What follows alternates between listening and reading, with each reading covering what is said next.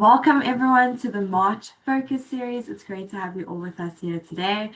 The Focus Series is where we take 30 minutes each month to focus and zoom in on one topic, one conversation, with the aim of continuously elevating clients' engagement.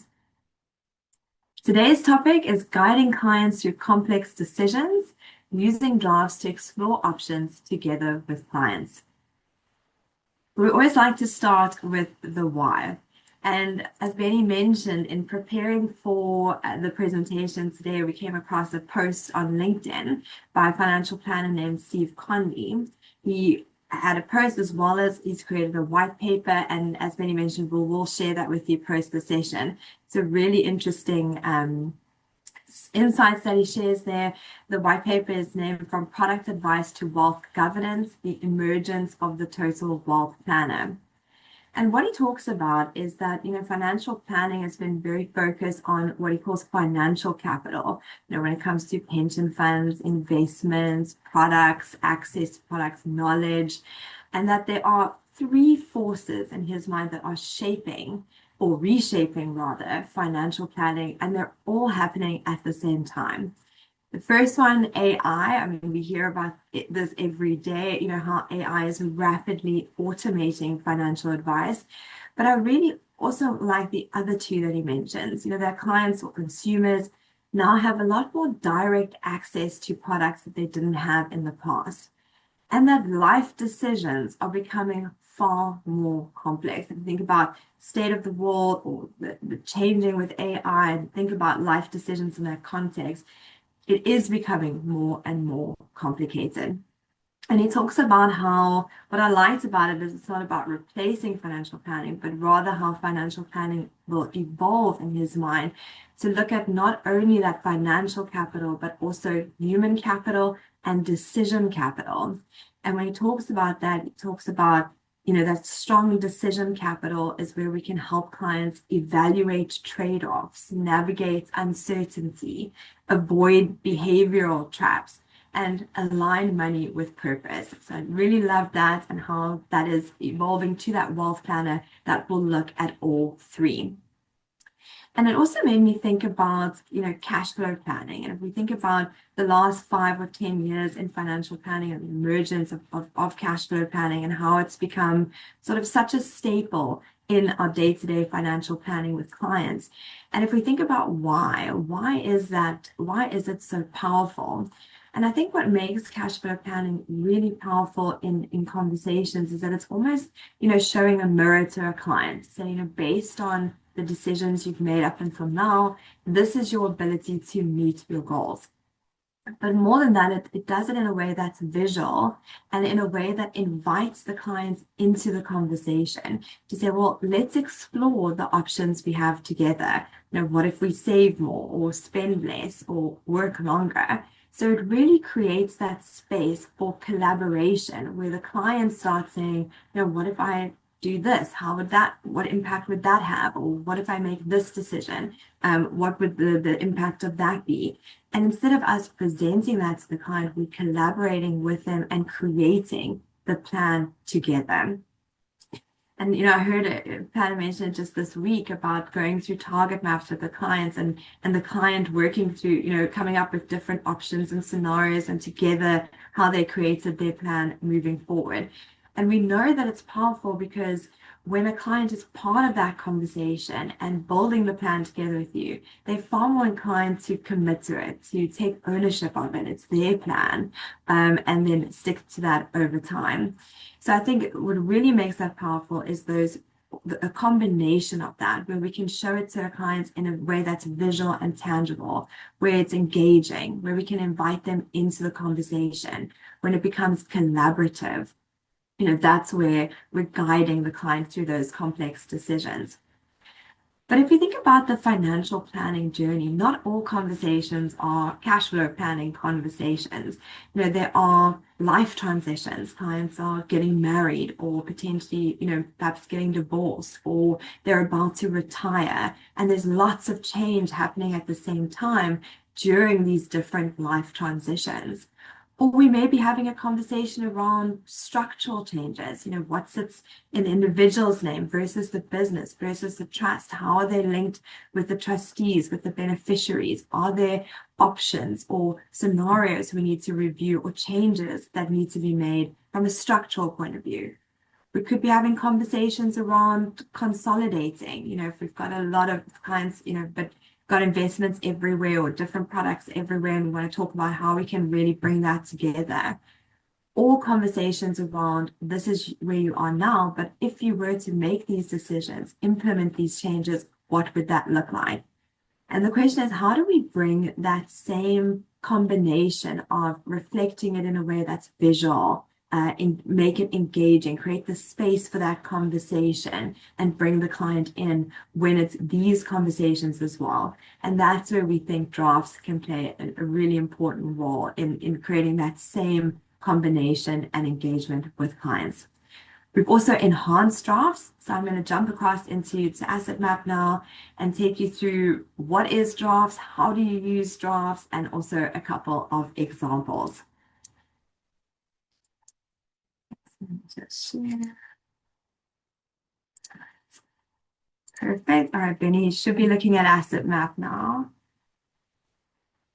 Give it a moment. There we go. I can see it. All right. Okay, perfect. So here we have a client, Jack. I've just added a few basic sort of financials, a couple of retirement funds, incomes, properties, some life cover, and unit trust.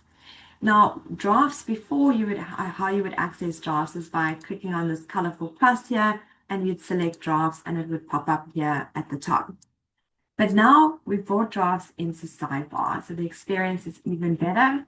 And to access it now, I can simply click on this icon right at the bottom in sidebar, and it will open up drafts. So what is a draft?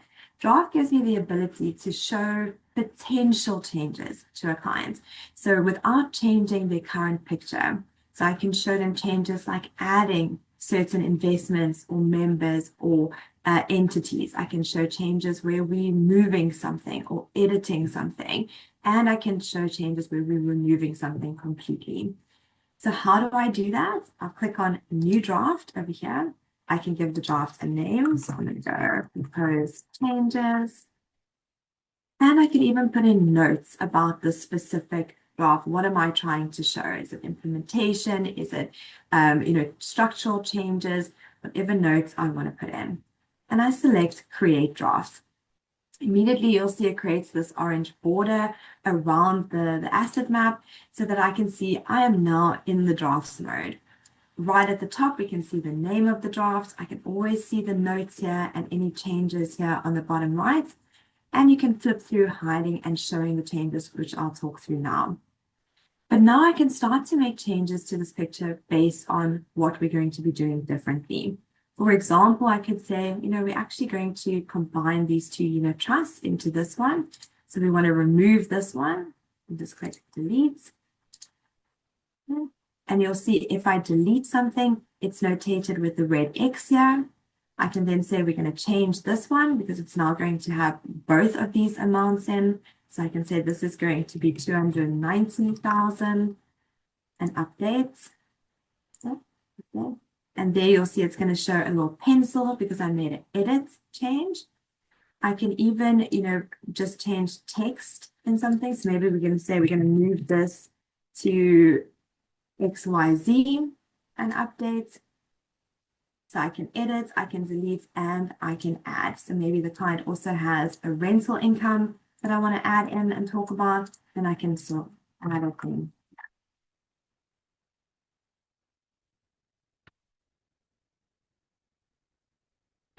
Give you an example of what it looks like when you add, you'll see that'll be notated by the little plus. So when I'm looking at the draft and the changes that I've made, I can see what we're proposing to add, what we're proposing to edit or move or make changes to, what's going to be removed and replaced. So you can see how by reflecting that, we can create the space to have a conversation around that. And I can have many drafts. I can create, draft option 1, then option 2, and I can easily flip through them on the side here and show the client the impact of different changes that they can make. I can also at the top here hide the changes and I'm back to the current picture, or show the changes and reflect the things that we are updating.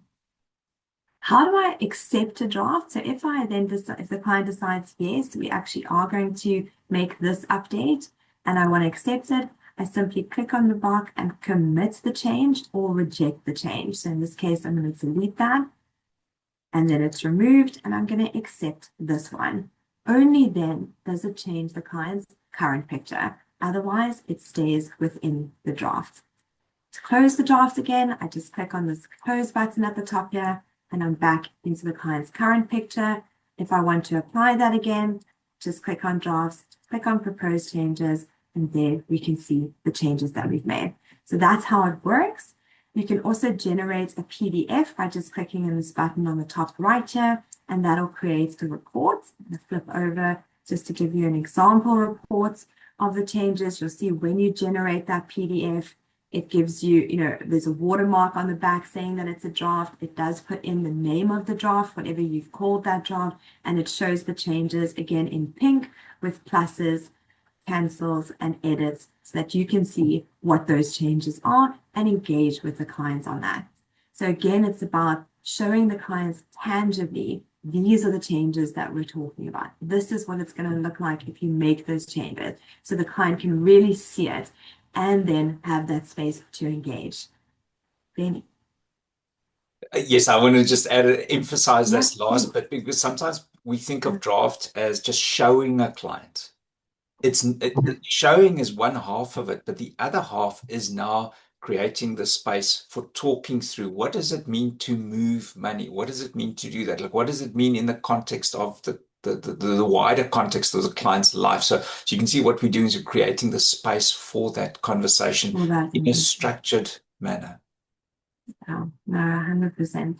So that you can bring the client in and collaborate and talk around what does that mean. Let's take a look at a few examples now on how we could bring that conversation in as well. So here we have Jeff, and I've added a few drafts already to Jeff. But let's just talk through where Jeff is at the moment. So we can see he's earning an income, he's got some retirement funds, holiday home, some property and loans. And we can see at the top here that there's a bit of a gap on the risk line. Let's assume that we've gone through the target map conversation with the client and we've worked through, what the gaps are, and the client, and part of that is around implementing life cover, income protection, critical illness. One of the uses of drafts is to show the impact of that on the client's picture. It's a way of, again, helping with that decision making. We've gone through it, we know what we need, but how do we create the space for the conversation around how are we going to implement it, when are we going to implement it, and get that commitment. So the first one here is I've created an implementation discussion draft. If I click on that, I can show the client if we make the changes that we want to implement, we're going to take out 10 million in life cover, income protection, critical illness, and I just added in the premium there as well so the client can see it on one screen. Now, to Benny's point, it's not only about making it really tangible for the client to see, okay, that is the impact it's going to have if I go ahead with it, but it creates the space for conversation around how do we feel comfortable with that premium, or do we want to do it in steps or all in one go? Or is there any fears behind that? And how do we then take that next step? Similarly, I may want to have a more structural conversation. So if I close this draft and we look at Jeff and the trust, and perhaps I want to have a conversation around, moving certain assets to the trust or changes. This is also a great way of using drafts to show this is what we're trying to do. So for example, for a structural change, if we wanted to say, like, let's have a look at this holiday home and moving that into the trust, and we want to have a conversation around the impact of that. You can see by showing it in the draft, showing it moving out of Jeff's personal name into the trust, we're creating that space to collaborate. What would that mean? What would the impact be for the clients? Is now the right time? What sort of tax implications or other implications would there be? So again, creating that space for collaboration. Other examples is life transitions. I want to take a look at this client here, Jack. And let's assume, Jack is 64, he's just about to retire.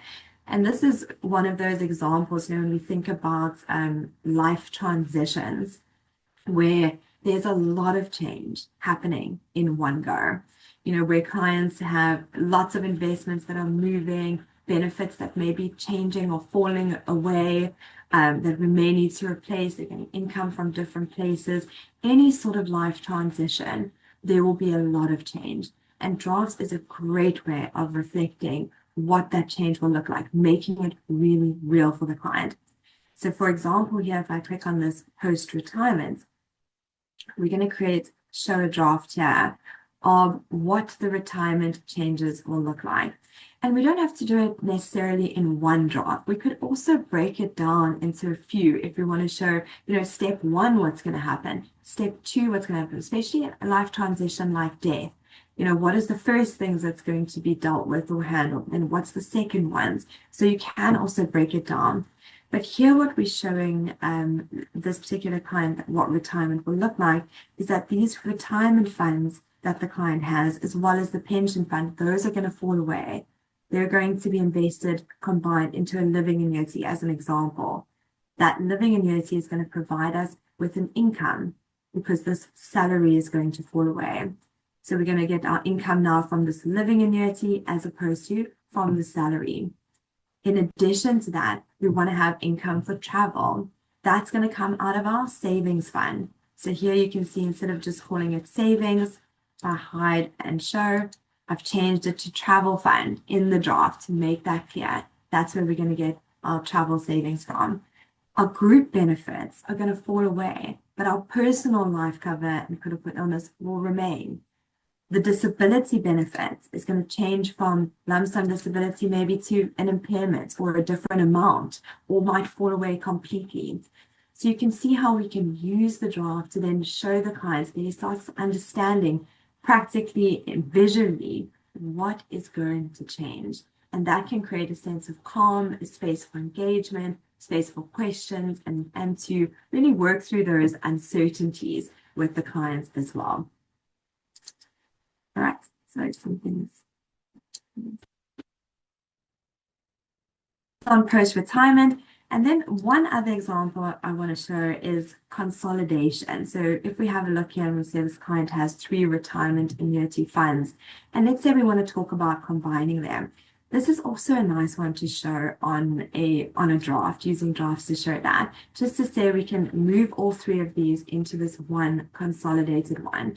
And again, it's not just nice to show it in terms of this is what we're going to do, we're going to combine these 3, but again, to open up that conversation, because maybe the clients had one retirement annuity, from when I started working, and there's a connection to that, I've been saving that since, that day, or there's questions around what would that mean for me? Are there changes that restrict my access differently if I combine it, or whatever fears or concerns or questions the client has? Again, we're creating that space to open up that conversation and share that with the client in a way that's collaborative and tangible.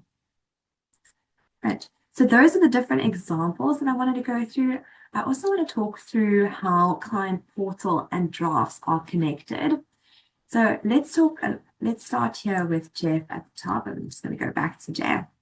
And let's say I want to give Jeff access to the client portal. Remember, to give an individual access, you can simply select them in the middle of the page, and we can go down to client portal here at the bottom. All know that one of the additions we've made to client portal is that we now have the ability to give the client access to the portal and the ability to make changes, to suggest changes on the plan, to change incomes, to add, very similarly to what we've been doing in drafts now today. So let's say I give a client permission to that. I select the permission set and I want to give them the ability to suggest changes. I can then create that invite by just selecting this green button here. That's going to create a link. I copy that link and share that with the clients. Once they open that link, they go through a registration process first, where they verify their email, they create their own password, and from that point onwards, they can log into the portal at any point in time. And if they have permission to suggest, they can edit and make changes and suggest different changes.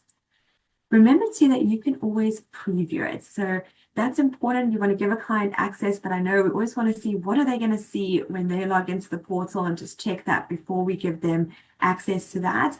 We can always do that by selecting this blue preview button here. Another point I want to mention is when you give access to the client portal to a particular member of a household, please bear in mind they see the entire household.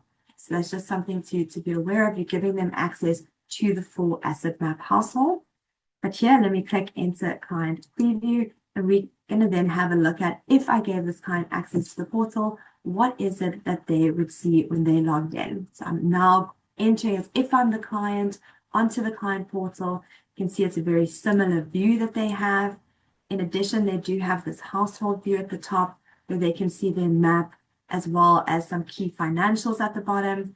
And they'll see more in this menu down the left here, depending on how much access you give them, what you want the client to see. But because I've put suggest mode on, you'll see that it says here for the client you are suggesting, they can add members, they can add entities, they can add any financials, and they can edit. So let's say, for example, the client says, actually, my unit trust is now 900,000. They can go in and make that change. Or they can delete, just like we can in drafts, or add. Now, the key point here is, just like in drafts, it doesn't automatically change the client's current position. You have to accept or reject those changes. So if I now want to exit the client preview and go back in as the planner, I'll click over here on the top right and select Exit Preview. Now I'm logging back in as the financial planner, and you'll see immediately at the top here, it says the client is suggesting a change. Do I want to view that change? Click on View. Oh, sorry, let me just open it up here. Click on View in the side panel, and I can see there's the change the client wants to make. I don't have to view everyone. I can just look at Jeff. Then in order to accept or decline the change, I can click on it. It's going to show it here, and I can commit or reject it. But what I want to show you here is that if I click on Drafts, you'll see Client Portal Suggest is always here. If I click on that, it's going to show me what changes have been suggested, and I can see the changes here at the bottom. So if a client suggests changes, I can always have a look here, see what changes have been suggested, and then from here, I can choose to accept or decline and commit to those changes. Only then will it change the current picture on my side and the current picture for the client. So again, with Drafts and Client Portal, we're seeing that we can extend that collaboration outside of the engagement meetings by sharing that access with the client, where they can go on, suggest changes, tell us what's different in their life, think about different options, and we can then work through it collaboratively together with them. Okay. All right, I'm going to stop there and just close off for today. But thank you again, everyone, for joining. I think if you think about, your client's engagement process and think about where can you bring drafts in, which conversations can you bring that in to make it more collaborative, more engaging, bring the client more into that conversation, because it's really not just a feature. It's a bridge between the client's current reality and future possibilities. And the more we can guide clients and collaborate together through those big life decisions, that's where we think that planning is going. Thank you all very much.